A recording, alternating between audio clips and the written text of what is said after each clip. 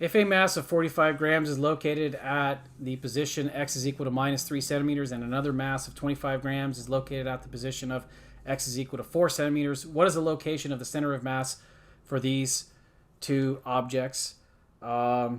So this looks like a pretty straightforward, just plug in the formula kind of question, right? So in other words, the formula we're talking about is the center of mass point is equal to the weighted average of the positions of the two objects.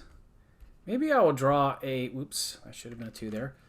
Draw a quick sketch for this. So we have 45 grams, right, at minus 3.0 centimeters. And I'm just kind of imagining a number line that these are lying on, but it's in my imagination because I don't want to take the time to draw it. But here at 4 centimeters is the 25 gram mass. And drawing this picture has some utility because, I mean, you could just like look, get the variables from the problem statement, but the problem like didn't tell you like which one's, which one is 1 and which one is 2, right? What is M1 and what is X1? So it'd be pretty easy to get confused maybe at some point. So drawing a nice picture, I think, even if it's a quick, simple sketch, I think helps to avoid those kinds of confusions. And I'm just going to label like, okay, this one will be object 1 and this will be object 2. And that makes it pretty clear that M1 is going to be 45 grams. X1 is going to be 3 centimeters, right? Plus 25 grams times 4 centimeters divided by the sum of those two masses. Now at this point I'm recording this video and I'm wondering if anyone who's watching it is already screaming at the screen about the mistake that I've made here, right? Because there is a mistake. If you haven't seen it, maybe pause and look for it, right?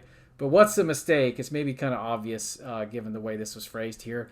I didn't bring in this minus sign, and that really is a mistake because this minus sign counts for this formula, right? So I was supposed to include that. So let me fix that and put that minus sign in right there. So I need to remember that when I enter this in my calculator, I need to in some way include the fact that this is multiplication by minus 3, not positive 3 for this part of this overall expression in the numerator of this big fraction. And if you put all this into your calculator, the answer that you should get is minus 0.5 with those numbers.